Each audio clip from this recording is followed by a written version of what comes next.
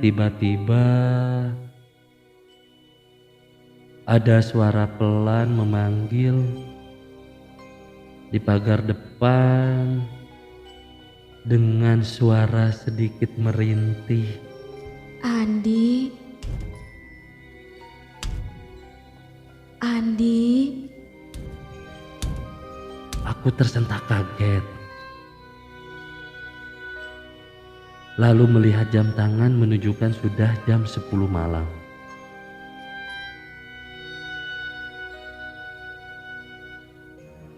Perasaan ada yang memanggil.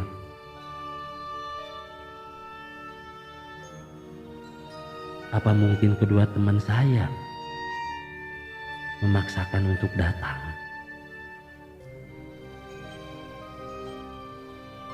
Tanpa berpikir panjang, saya pun bergegas ke depan untuk memastikan siapa yang datang.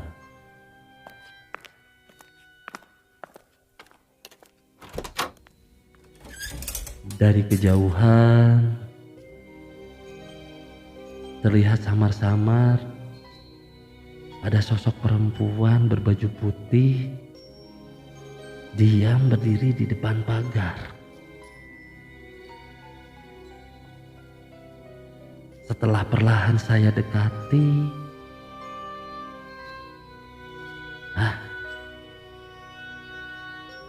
ya salah. Itu kan Santi. Kok mukanya pucat ya?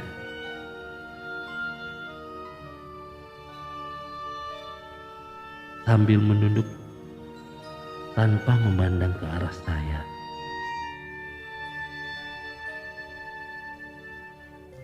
San, kirain tidak jadi loh. Ini sudah jam 10 malam, San. Dan Santi pun diam, tidak merespon. Kenapa ya Santi? Kok hari ini beda banget? Ya sudahlah, mungkin dia kurang enak badan. Dan saya pun mempersilahkan beliau masuk. San, masuk San. Oh iya, Reza gak bareng sama kamu? Tadi saya telepon dia, tapi tidak diangkat-angkat San. Oh iya, mau minum apa San? Nanti saya bawakan San.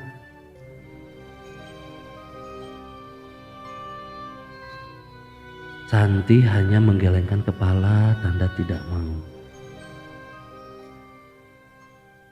San, duduk San. Berdiri aja, apa nggak pegel?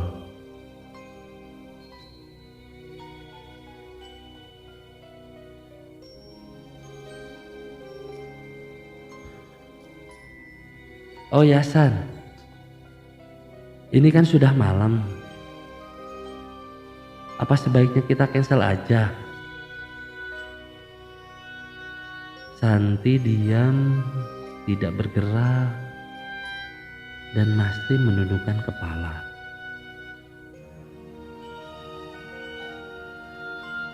Kamu yakin kita berangkat sekarang?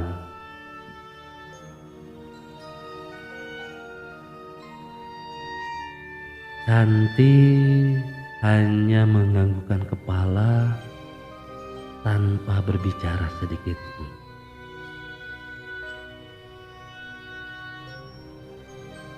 Oke lah San, ditunggu sebentar ya. Saya siap-siap dulu. Sambil mengambil kunci yang ada di depan meja dan menstarter mobil saya.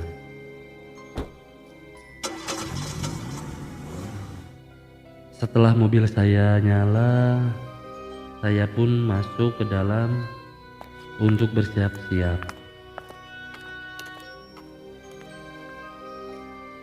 Singkat cerita, setelah saya kembali ke halaman rumah,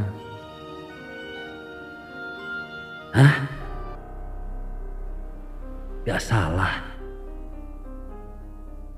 Santi kok sudah pindah posisi di dalam mobil,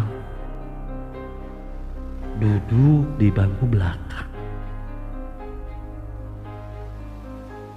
Dalam hatiku pun berkata, semangat sekali dia. Tapi kok duduknya di belakang ya? Secara kan perjalanan lumayan jauh. Tidak bisa ngobrol enak, nyaman selama dalam perjalanan. Tapi ya sudahlah. Mungkin dia ingin sambil istirahat, atau mungkin dia lelah. Singkat cerita, saya mencoba lagi untuk menelepon Reja karena masih penasaran kenapa telepon saya tidak diangkat-angkat.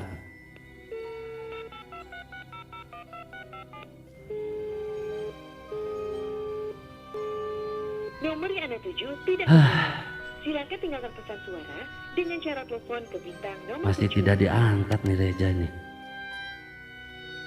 Ya sudahlah. Saya akan ngirim lewat pesan singkat aja.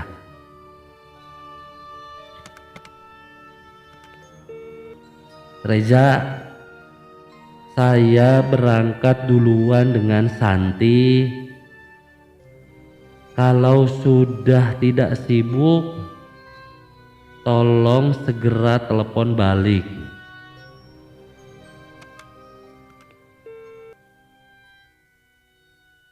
Singkat cerita, kita berdua pun berangkat. Setelah beberapa saat, sampailah kita memasuki gerbang tol Kopo.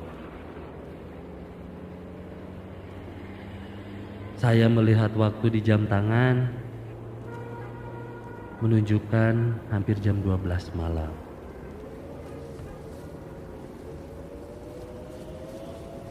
Suasana pada saat itu hening, sepi, dan sesekali saya melihat kaca spion tengah.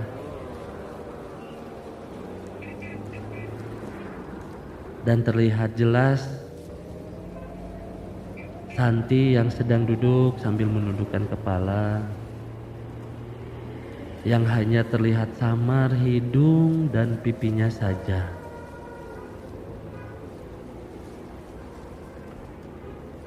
Dan sesekali saya pun bertanya, San,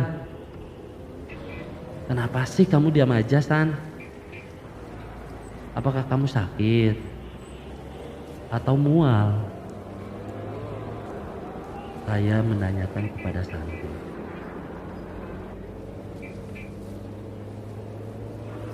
Dan Santi pun hanya menggelengkan kepala tanpa berkata apa-apa. Ya sudahlah, untuk mencairkan suasana, saya menyalakan tip mobil.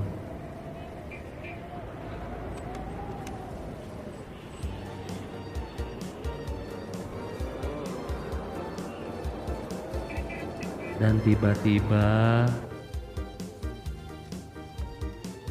astaga, saya serentak kaget.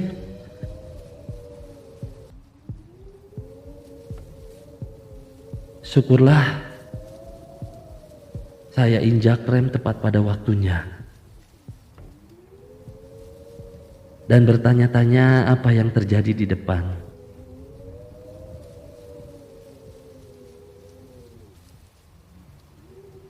Beberapa saat setelah kejadian itu, suasana kembali tenang. Dan sesekali saya melihat spion tengah untuk memastikan keadaan Santi. dan saya melihat Santi masih duduk tidak bergerak dan sambil menundukkan kepalanya. Terlintas saya melihat pelang kilometer yang terpampang di tengah ruas jalan. Masih kilometer 97. Tiba-tiba saya teringat rumor bahwa di kilometer 97 itu banyak cerita. Iya, banyak cerita mengenai mistis dan sering orang melihat penampakan. Sesekali bulu kuduk saya merinding. Tetapi segera saya tepiskan dan kembali fokus untuk menyetir ke depan karena waktu sudah menunjukkan tengah malam.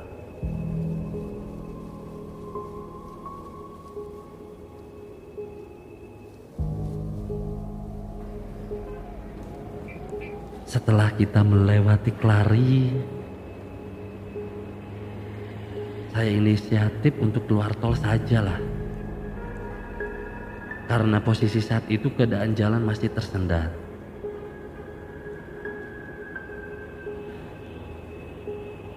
Setibanya di gerbang tol Klari, kebetulan kartu L-tol saya rusak, mengakibatkan tidak bisa membuka palangnya. Sampai saya membunyikan klakson agar petugas tol datang untuk membantu saya.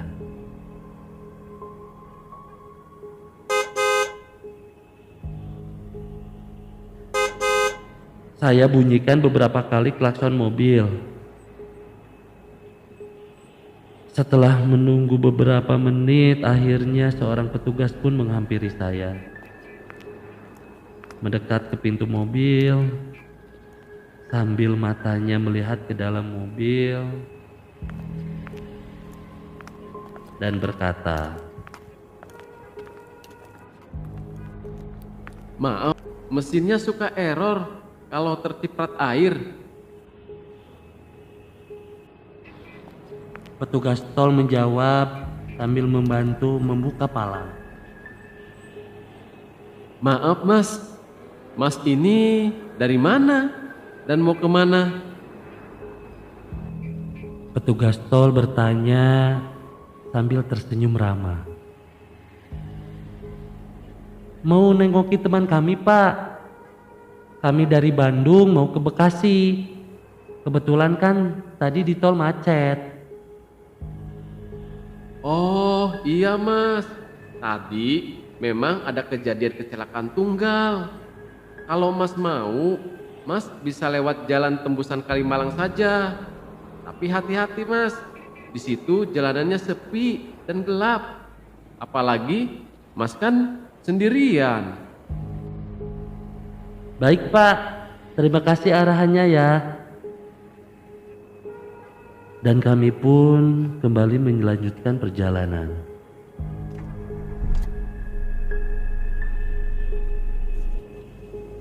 Setelah kami meninggalkan gerbang tol Klari dan mulai memasuki jalan Kalimalang yang sepi dan gelap, pada saat itu di jalan hanya mobil kami saja yang melintas. Dan tiba-tiba terlintas perkataan petugas tolnya tadi.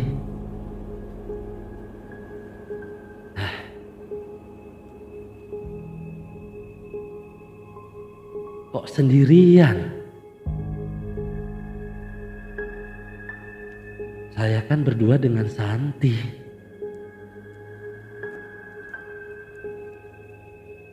Sambil kaget dan bingung, campur cemas,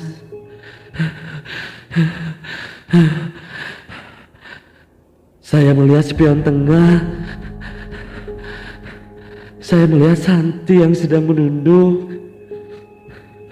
Mulutnya mulai tersenyum.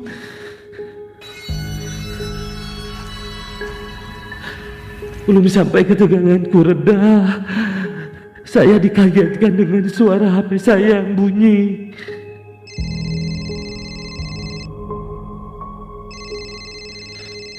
Saya melihat nama pemanggil ternyata Reja.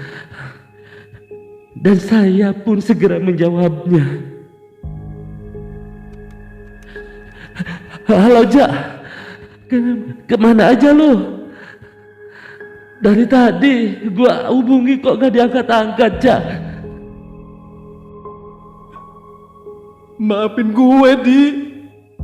HP gue ketinggalan pas mau ke rumah lo. Di, Santi, Di. Santi, Di. Kenapa Jak? Ngomong yang jelas. Gue tadi ke rumah lo bareng dengan Santi. Dan dalam perjalanan kami mengalami kecelakaan. Santi terlempar dari motor. Kepalanya membentur pembatas jalan. Dan Santi meninggal. Dan saya pun tersentak kaget. Sampai saya tidak sadar menjatuhkan HP saya.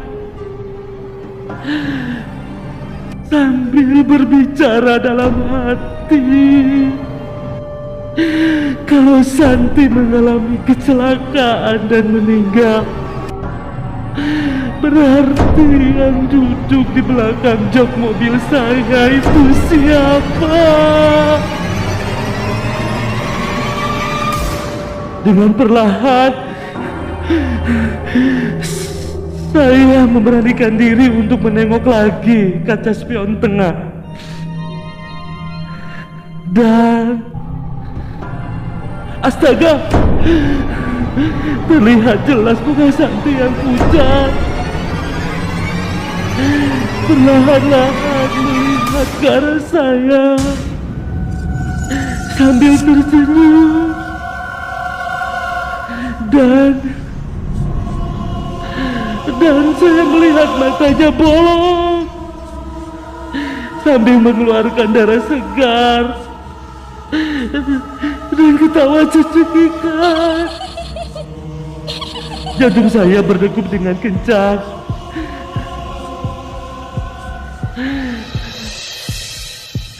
Saya melihat sosok Santi perlahan-lahan menggelengkan kepalanya. Menggeleng-gelengkan kepalanya sambil tersenyum ke arah saya. Sesekali tertawa cekikikan. Dan terdengar dengan samar Santi berbicara kepada saya. Berbicara dengan suara lirih. Andi, saya ikut nengok ke rumah Aldo. Dan saya pun tidak.